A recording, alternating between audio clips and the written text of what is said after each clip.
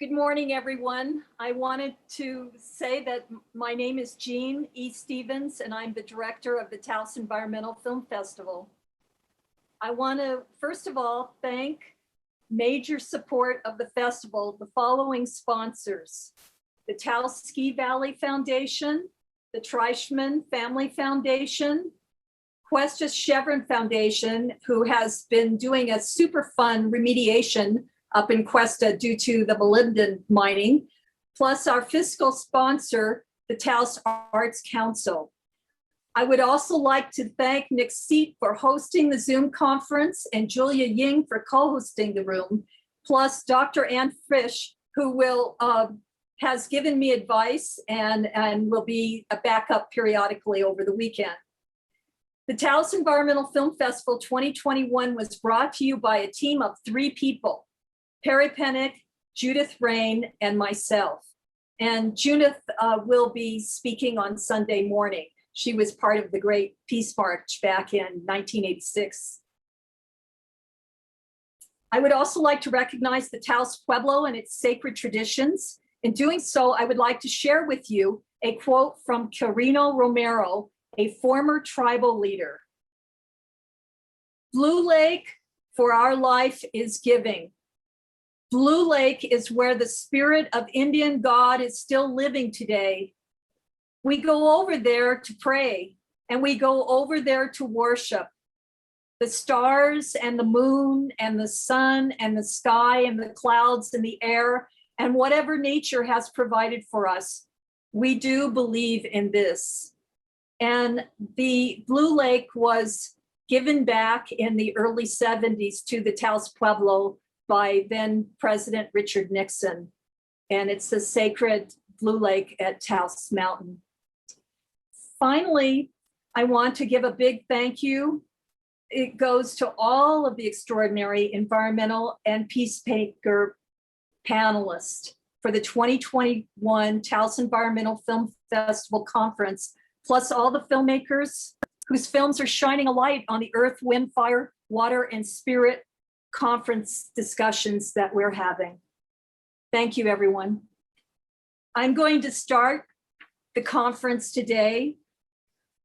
My topic is Earth, Wind, Fire, Water, Spirit, and the Doomsday Clock. I founded the TAOS Environmental Film Festival in 2015. I've traveled the world. I was an adjunct professor of art history for 25 years. I'm now retired, and I also taught 6th grade in TAOS. I am a climate reality corps leader and alumni of World Beyond War. I hold a 200-hour yoga certification. I'm a film writer, songwriter, screenwriter, and a member of the Sound Healers Association, thus the theme of this conference. I wanted to reflect on my story. And my story begins in 1949, the year I was born, near the Hollywood sign in Los Angeles. I come from a family. My grandmother was born 121 years ago in Los Angeles from Anglo, Hispanic, and Native American roots. She told me how she used to take a covered wagon from LA to Redondo Beach. In that amount of time, so much has changed. As I was growing up in Los Angeles, there was the first atomic bomb the year that I was born in the Soviet Union. Then Mao Zedong became the leader of communist China. Following that, in the early 50s was the Korean War, in which 54,000 American lives were lost. I was 6 when the communist Red Scare rang out across the US, and Joseph McCarthy, aided by Roy Cohn, who was Trump's personal attorney, and the FBI accused Americans such as Helen Keller, Leonard Bernstein, Pete Seeger, Charlie Chaplin, and Langston Hughes of being un-American.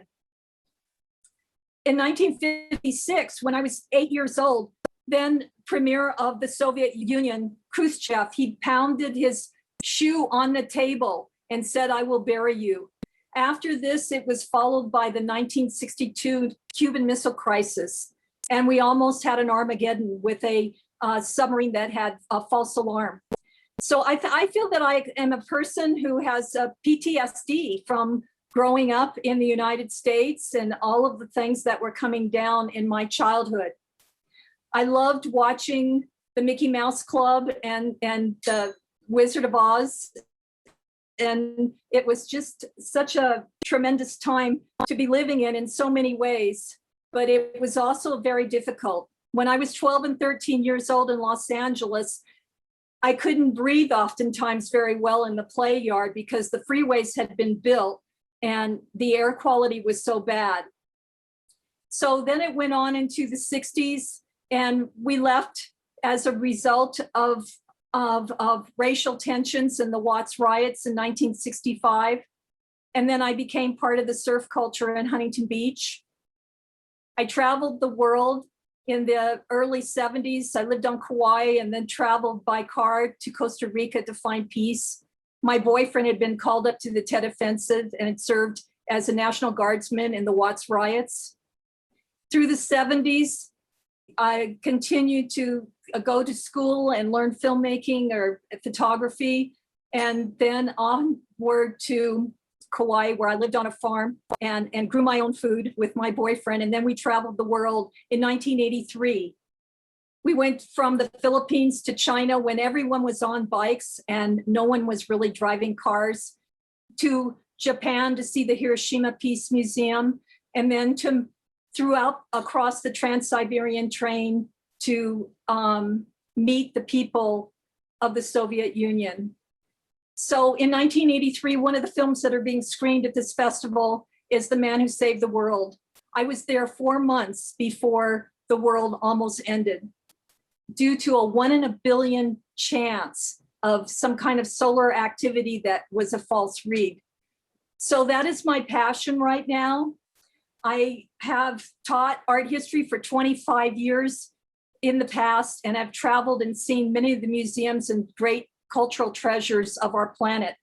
And I feel that they're at great risk. And I'm so grateful for Earth Day yesterday and all of the activism that was going on, either online or on PBS and around the world. But I think it's really important that we mention that in New Mexico right now, we're at grave risk because we're sort of ground zero for the development of nuclear bombs. And it was as a result of living here with the fires that started in 1996 that burned thousands of acres north of TAOS. And then in 2003 on 4th of July on Taos Pueblo, and it came close to the town of Taos. And then we had 2 major fires at Los Alamos that threatened, if it had overtaken the lab, it could have affected the water in the Rio Grande River all the way to Brownsville. Today, we are at grave risk. And many people do not know about the fact that the amount of money that is going into the development of nuclear weapons in New Mexico. And many people don't realize that New Mexico has the largest depository of nuclear weapons, perhaps in the whole entire world, the largest toxic nuke dump, perhaps in the whole entire world. And it is the center of development of nuclear weapons, of which the plutonium pit is happening as we speak. So this is my passion, and this is what I think we need for the spirit for the future, is that we must imagine that our tax money will instead go towards not supporting the war profiteers and fossil fuel corporate giants who have instigated wars.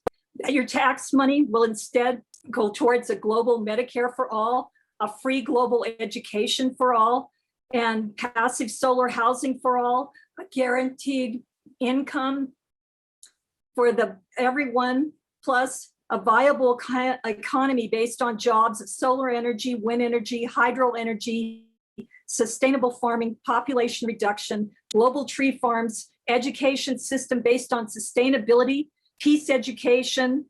The UN Declaration of Human Rights will be respected and made law by the planet. And imagine our tax money is employed for a global Peace Corps, and we are learned that we teach our youth, and we work and we play together. This is my dream, and I believe it is possible if we all dream it together. Thank you. I would like to now introduce Greta Zarro. She will be speaking about the anti-war organizing. And Greta Zarro is a World Beyond War, and she has been a great inspiration to me via the World Beyond War. She is the organizing director of that wonderful organization, which has different wings of education of which I've taken advantage of.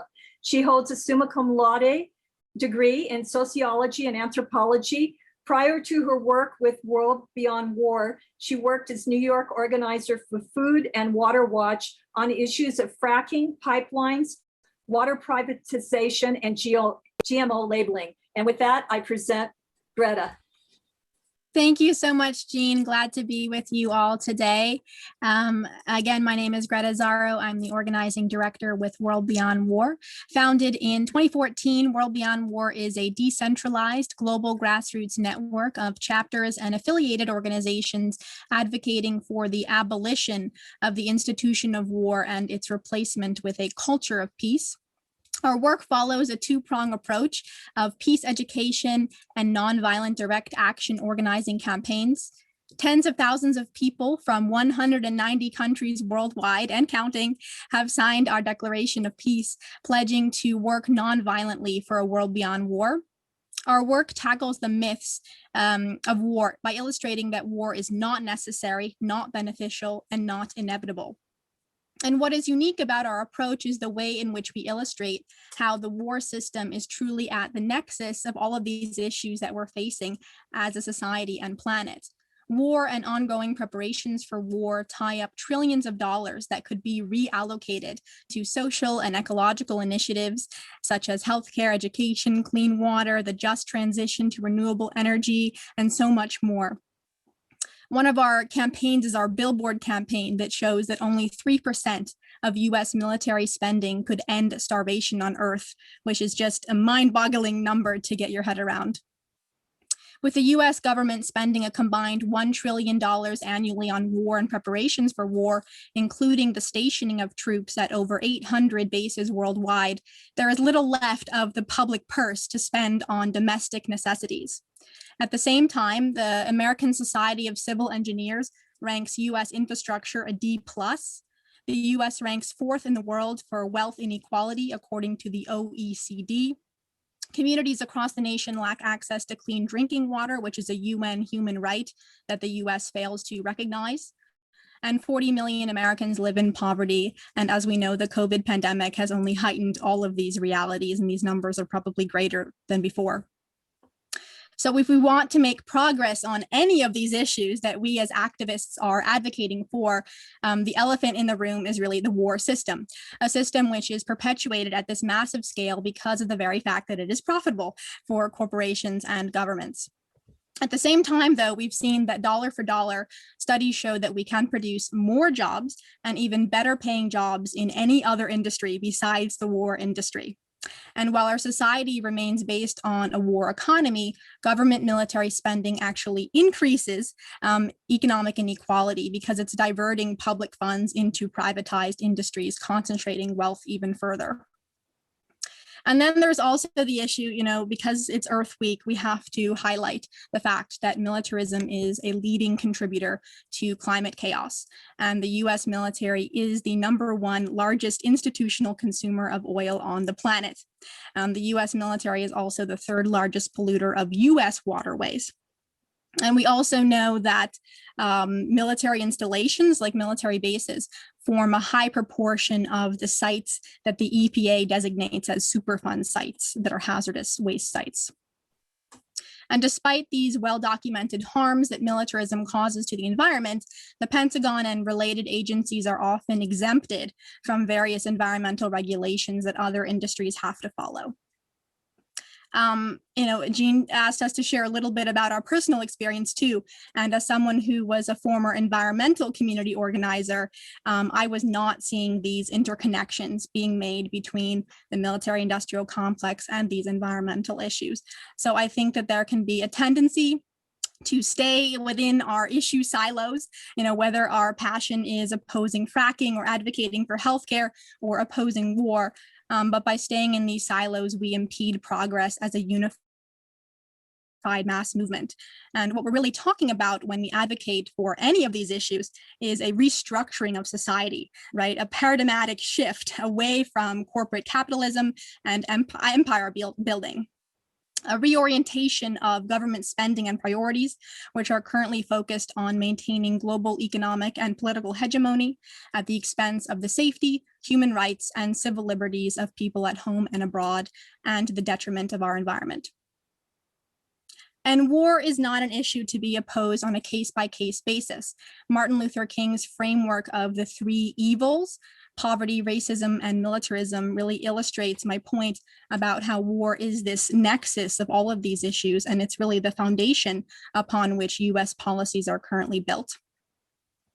So stepping outside of our issue silos and working in coalition builds power for our movement to show the cross connections between our causes and shows a breadth and diversity of support from numerous sectors. So war is not only a foreign policy issue or a human rights issue. It's also the leading environmental issue. It's also about racism, poverty, the refugee crisis, and so much more. So in conclusion, I encourage you to approach your organizing through this cross-sectional perspective. You can visit worldbeyondwar.org and download our fact sheet series, which goes through all of these multifaceted impacts to give you the talking points to make the case for anti-war organizing through an intersectional lens. Thank you.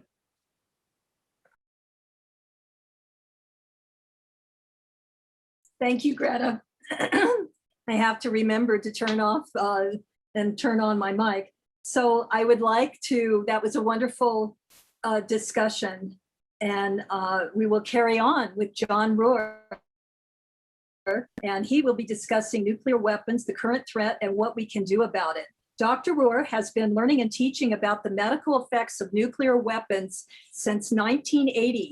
He's a retired emergency physician. He serves on the Committee for the Abolition of Nuclear Weapons, and he is a physician for social responsibility member. And I welcome John. Well, there are two things that I would like people to know about nuclear weapons. The first is that the current situation with them is much more dangerous than most people think.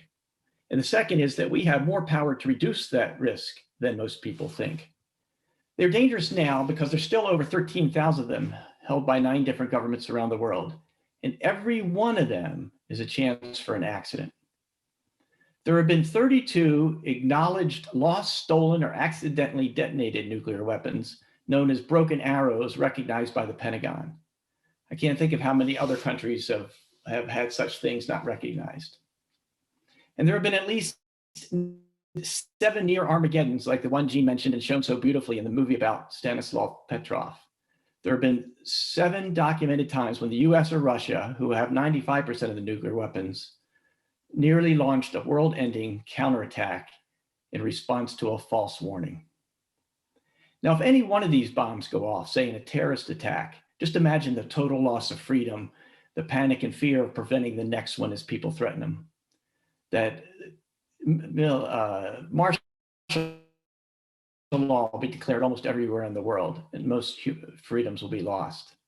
And if just a regional exchange occurs, say between India and Pakistan, the climatologists now have determined that the fires from that would create so much soot into the stratosphere that a nuclear winter would ensue that would cut crop production so much that at least 2 billion people on Earth would starve. And if most of the warheads go off, civilization will end, and misery like the world has never seen before will ensue. The living will envy the dead. In light of this, tensions between the US and Russia are at the lowest point since the end of the Cold War. NATO is practicing war games on Russia's border. Tensions between the US and China are at a low point, with military encounters taking place in the South China Sea. India and Pakistan, who have between 400 and 500 weapons between them, are in direct military confrontation in Kashmir. Pakistan has actually threatened nuclear war if India invades. North Korea, since the brief end of the brief Trump detente, has continued to upgrade its nuclear-capable missiles. Nuclear weapons are being controlled by ever more complicated software and ever increasingly connected internet, where cyber attacks are becoming ever more sophisticated. Imagine someone hacking control of a Minuteman missile site or a Trident submarine missile launch. Either of those systems can destroy much of even the largest countries in the world, all by themselves. Despite all of this, the US is planning to spend 1.7 trillion of your tax dollars in the next 30 years to, quote, modernize our entire nuclear weapon systems, including making them more useful, actually usable. And this, of course, will increase the production of nuclear materials, such as Jean described, taking place in New Mexico and other states, where local people will suffer ongoing pollution and threats of accidental releases. So as we consider these awful things, we have to recognize that we have more power to reduce the risk than we might think we have. We have the example of those of us who worked so hard in the past to accomplish great changes.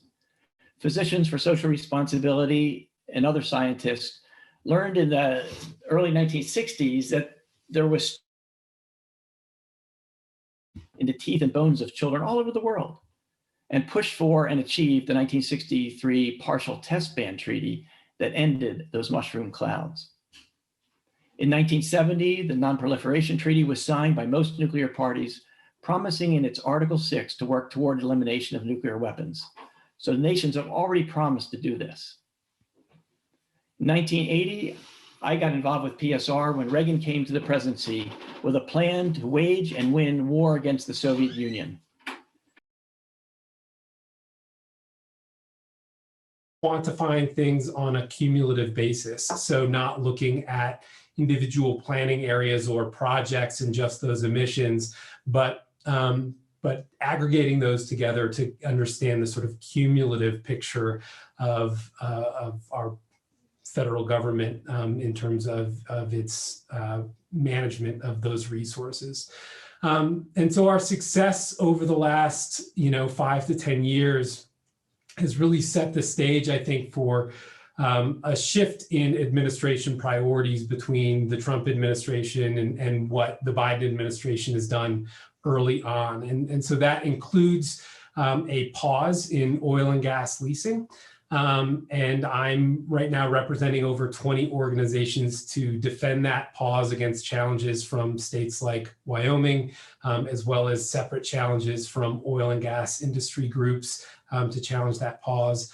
And then to initiate a comprehensive review. And that really, that comprehensive review of oil and gas leasing and permitting creates the sort of pathway for us to institute new policies as a federal government, as well as to create that sort of managed decline framework. But the other thing that I really want to focus on is there's a lot of nuance to the sort of legal battles. But what is also critical to the work that I do is ensuring that there is a just transition away and off of fossil fuels. So the legacy of pollution and the generational harms of fossil fuel exploitation have disproportionately fell on the shoulders of low-income people of color, on indigenous communities, and we have a responsibility to address that legacy of harm. And here in New Mexico, I've been very engaged in work around the Greater Chaco landscape and the impacts of fossil fuels there. The Greater Chaco area has been identified by the federal government as an energy sacrifice zone. So this is an area that was explicitly a part of federal policy to develop and exploit for coal and oil and gas resources.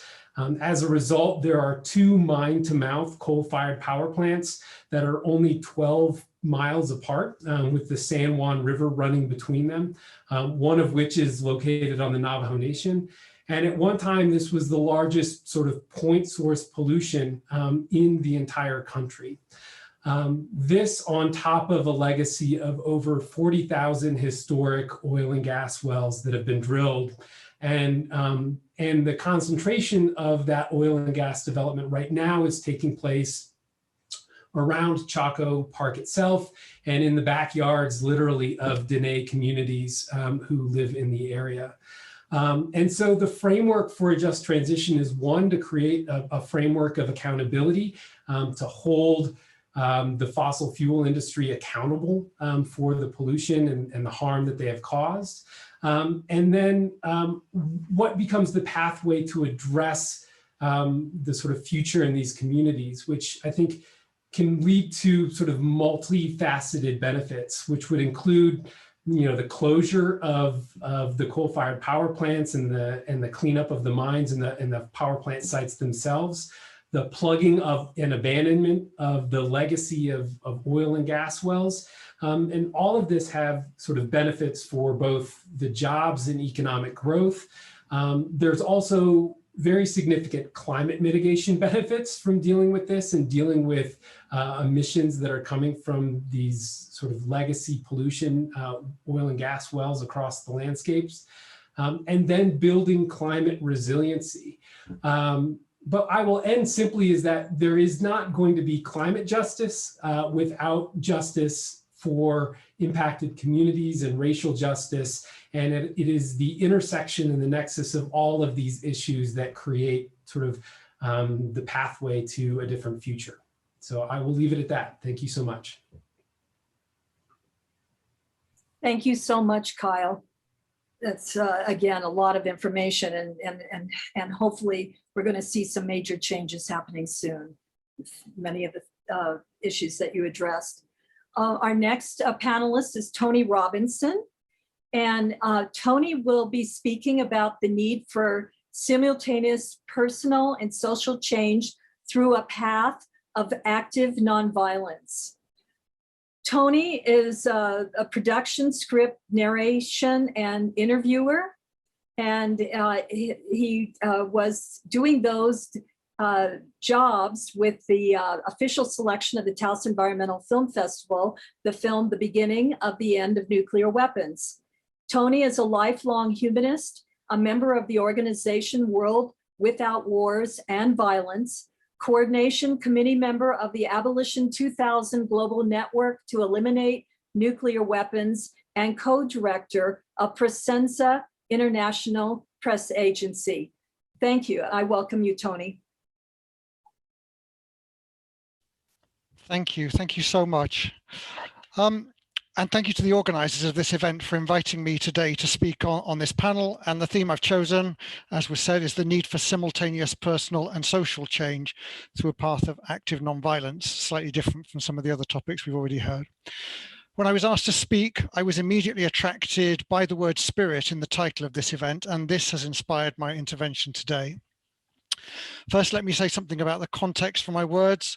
Although I am an anti-nuclear weapons and energy activist, I define myself as a humanist, and more specifically, a humanist inspired by the Argentinian spiritual guide Silo, who developed his philosophy and spirituality over the course of the second half of the last century. To be clear, my humanism is not an atheism. It doesn't come from a belief in or a rejection of any gods or goddesses. It comes from a recognition that deep within every human being, there is something that transcends the body. There is a life force, a consciousness, a spirit, a soul, which is in with me and which depends on my physical body for it to manifest, but it also transcends the body. It is a vital energy, a force that is impelled to express itself in the material world. This phenomenon is within all human beings. You just have to look for it. You can call it whatever you like, but it has inspired the great artists, the mystics, the spiritual guides, scientists, and philosophers throughout time. Evidence for it can be found throughout history and in the myths and legends of all peoples. Certainly in the roots of every religion is an attempt to understand this human phenomenon and to attribute explanations for it and the development of procedures for experiencing it. It is not surprising then to find in all religions the idea which we know of today as the golden rule: treat others the way you would like to be treated. And to give some examples, in Judaism, It said, what is hateful to you, do not do to your fellow. In the Christian Bible, it says, and as ye would that men should do to you, do ye also to them likewise. In the Hadith of Islam, as you would have people do to you, do to them. And what you dislike to be done to you, don't do to them. I could go on. There are hundreds of examples from all over the world and throughout history. So why is this maxim so important? Well, we live in a world which is extremely violent, and this violence is not just the physical violence we are all so familiar with, from wars between nations to civil wars within nations, to fights between gangs, to the physical bullying that takes place in school, to police violence, to the domestic violence within the family setting. Apart from all of that, violence is also economic and psychological. So we can take as a definition of violence anything done by human beings to cause pain and suffering to other human beings. Clearly, a human being can have a toothache that causes great pain, but this isn't violence. Violence is characterized by the fact that it has been caused by another human being. Human beings create poverty. We create discrimination. We create morality, all of which, when imposed on others, generate situations that human beings register internally as violence. And this violence is equally as damaging as the physical violence. If you look closely, you will notice that physical violence is always the final link in a chain of other non-physical forms of violence. And the system we live in knows this and uses it to its great advantage. When physical violence explodes, we never hear about the underlying causes. The system never feels shame for the situations of suffering in which people live and which led to the physical violence. Instead, the system comes and imposes even more physical violence until the people either give up or die. So coming back to the title of my talk, the need for simultaneous personal and social change through a path of active nonviolence, I can say that we will only be able to tackle the violence that exists in the world in all its forms if we also simultaneously try to understand the violence that exists within each of us and learn how to diffuse it. Because we live in a world that is systemically violent. This violence has been instilled in us since we were little through culture, education, and the media. Who among us has not been taken to breaking point by things that have happened in our immediate environment, whether those are things that have been imposed by the government or things that have happened with our loved ones? Who among us has not experienced anger, frustration, resentment, guilt? And who among us has not caused others to feel those sensations also? There are surely individuals who have transcended their internal violence. The Dalai Lama may be one, but they are few and far between. These sensations, these experiences that we register in the body are the evidence of the violence within us, and we need to learn how to deal with it because it takes away a lot of mental energy that can be used in more useful ways. There are those who say we need to dedicate ourselves to the cause, to overthrow the system, capitalism, nuclear weapons, poverty, before we can experience internal peace. And there are those who say we need to seek inner peace first, retreat to the countryside, to the mountains, to the monasteries, before we are in a condition to change the system. What I have learned is that the change we need has two aspects, and the paths must be traveled simultaneously. Personal change and social change is a lifelong journey. Peace is the goal, both within me and around me, and active nonviolence is the path. And the key to active nonviolence, the way to practice active nonviolence, goes back to the golden rule. Treat others the way you want to be treated. If you want to change your life and the lives of those who surround you, you will meditate profoundly on this golden rule and how to apply it to your own life.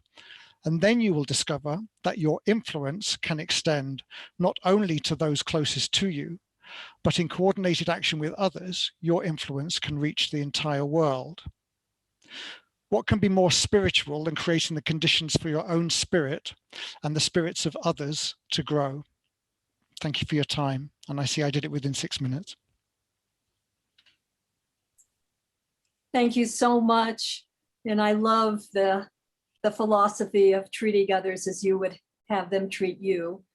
I just hope the world can follow that premise. So with that, I would like to introduce our next panelist, which is George Basch. He will be speaking about global warming as the most serious problem facing humanity today.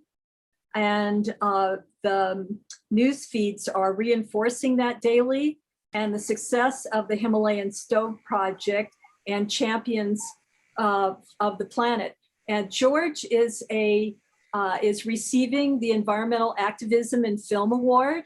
And there is a link on the website that details a more lengthy biography of George, but just briefly, he is chairman emeritus and board of directors of the Globe as an explorer, adventurer, photographer, and creative entrepreneurial businessman.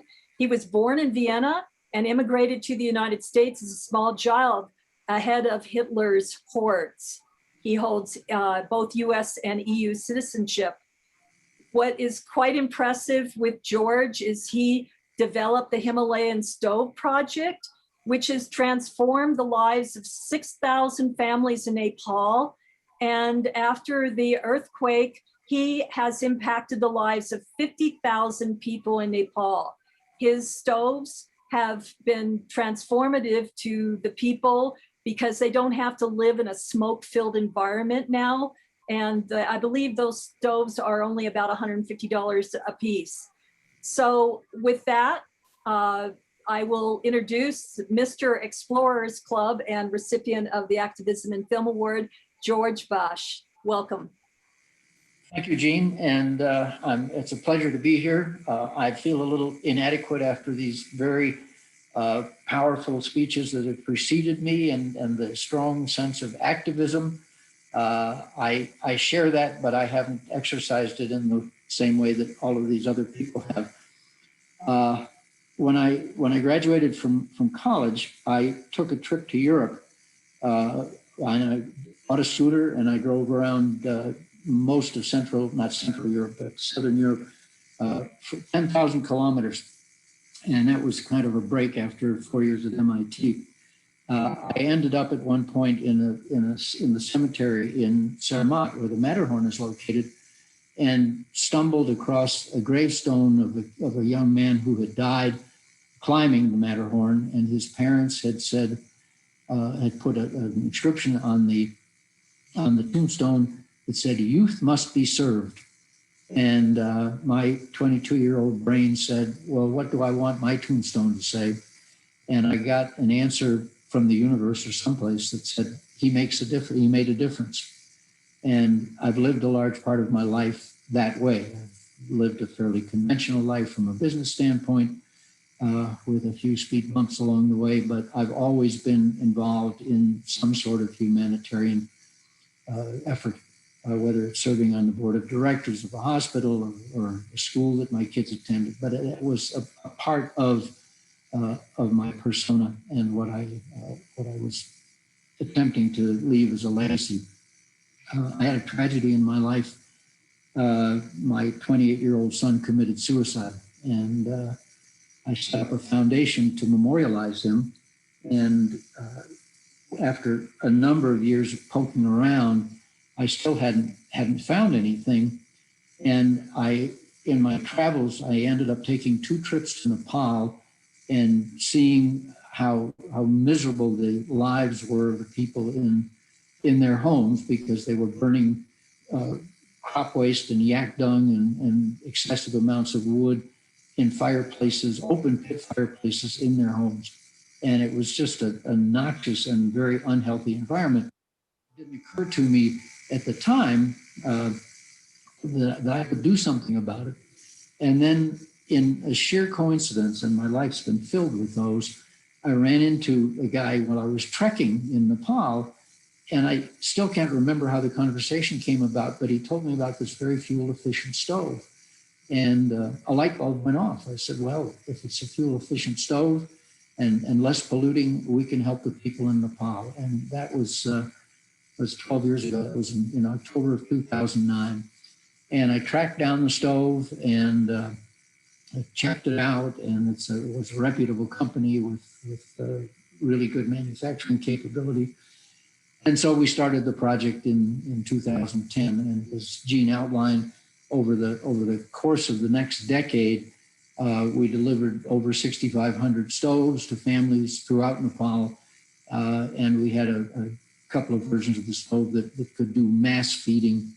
And after the earthquake, we distributed a quantity of those. And when we add it all up, as Jean said, we have impacted the lives of over 50,000 people in Nepal, both in the homes and through the mass feeding efforts after the earthquake. Unfortunately, last year, because of COVID, it destroyed our supply chain. The stoves were being manufactured in China and India. The manufacturers were having financial problems. I had just turned 83. And I just, even with a good board of directors, I felt this would be more intense work than I wanted to do or put the board through. So we closed the operation. We did it responsibly. Everybody that was owed money got paid. We had many contributors from around the world through the Explorers Club and other organizations. And then I was sitting here kind of at loose ends in COVID lockdown. And another coincidence, I literally stumbled on a film and book that David Attenborough had written.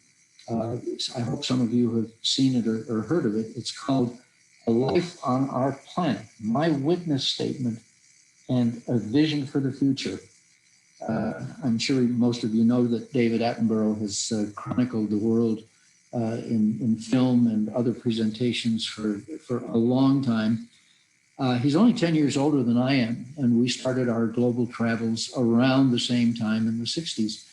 And his statement, his witness statement, which others have articulated, is that if we don't do something about this climate crisis, that the future of the human race, even if we don't set off nuclear weapons, the future of the human race is 100 years from now in another lifetime is kind of shaky.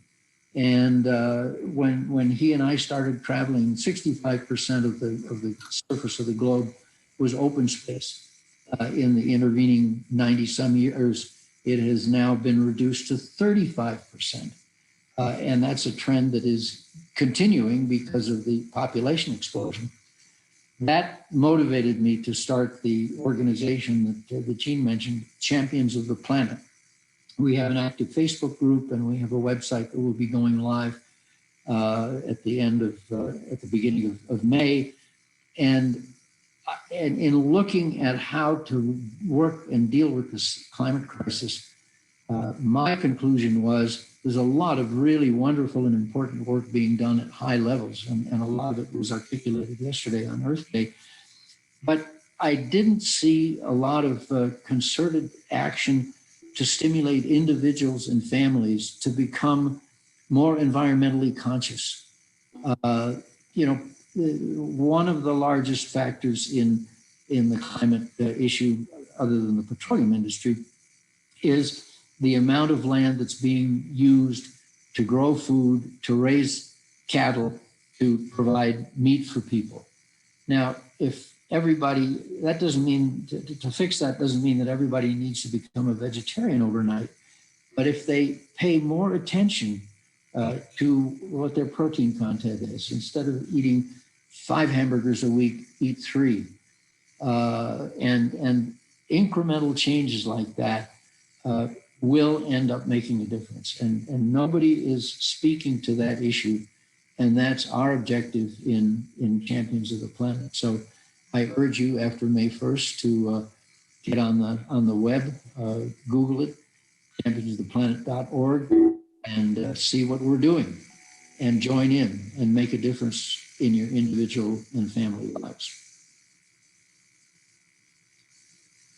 Fantastic. Thank you, George, for all of the diverse contributions you've made for our planet and humanity. With that, I would like to introduce our next panelist, and that is Runa Ray. Runa will be speaking about peace, climate change, and the oceans.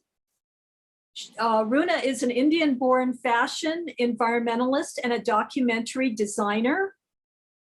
She uses art as activism to educate and advocate for policy change. She has worked extensively with the Sustainable Development Goals and various projects with regards to action with the United Nations. With that, it's my pleasure to introduce Runa Ray. Thank you so much, Jean. And it gives me great pleasure to be here on this session with the TAOS Film Festival. I'm Runa Ray. I'm a fashion environmentalist by profession. And I use fashion as a means to express myself and create awareness with regards to social and environmental concerns. I also use fashion to educate and advocate for policy change. I'm also a proud member of the World Beyond War. Saying which, I'm involved with special projects, yes, with regards to climate action with the United Nations and the IUCN. And as a professional from the industry, I have tried to see what changes we could do to reduce the carbon footprint that is left behind by the fashion industry. In 2019, when I spoke at the United Nations about climate change, I realized that there could not be environmental justice without social justice. Consequently, that year was when I traveled to Kashmir during the India-imposed lockdown. This was during the scrapping of the 370 article. I went there with a hand-painted kaftan, which I presented to the border guards. The kaftan is a common garb that's worn by both the countries.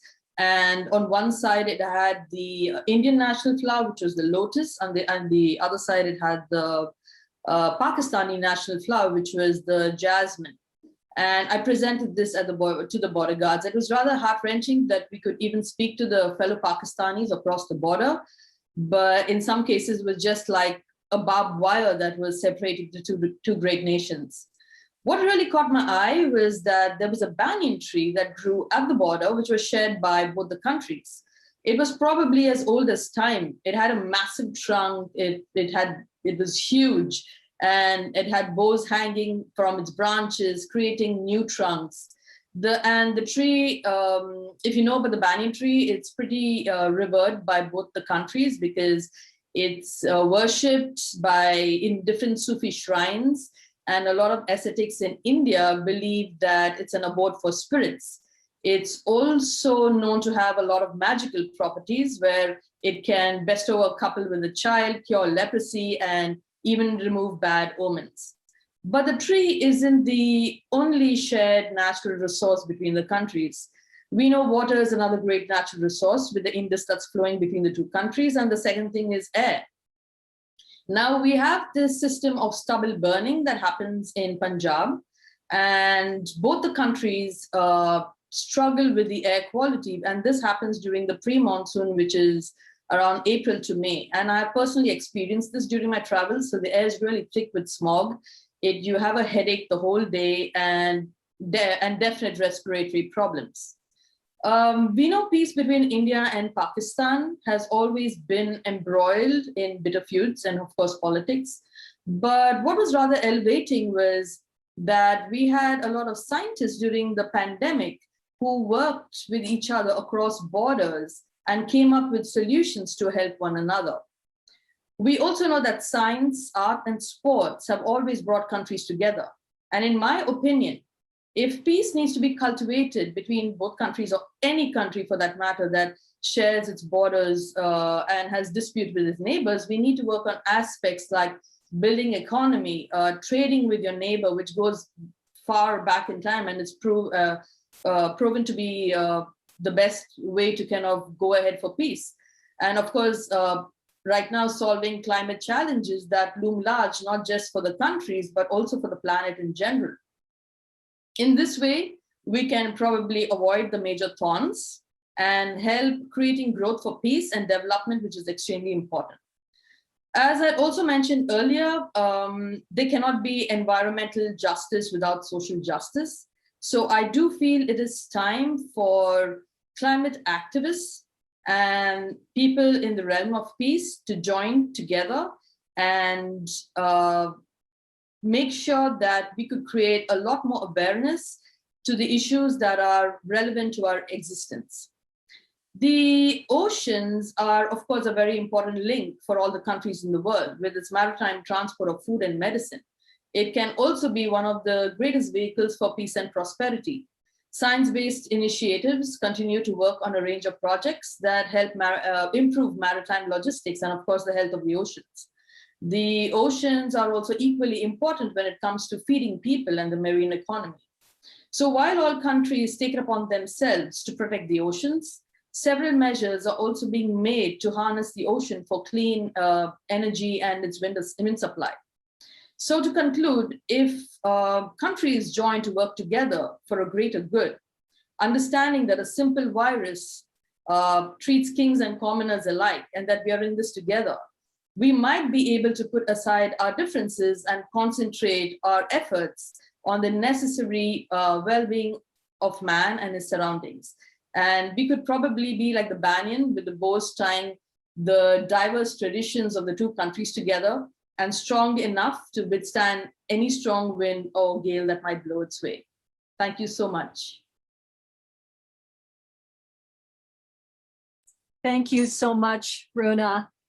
I really appreciate all of the discussions and your point of view from the East to the West, and the bringing together, the holding of the hands of the climate activists and the peace activists. I think it's essential as we move forward. So we only have about 3 minutes left of this session. If anyone has anything they would like to say. And I don't know if in between the two sessions, Nick, we could play that 1 minute, 43-second film that Judith had mentioned, but for the, we have just a couple of minutes left. If there's anyone who would like to say something, and I applaud everyone who has been a panelist today. I'm very deeply moved. I really think each person brought to the table something so unique and so wonderful. I really want to cry. Thank you.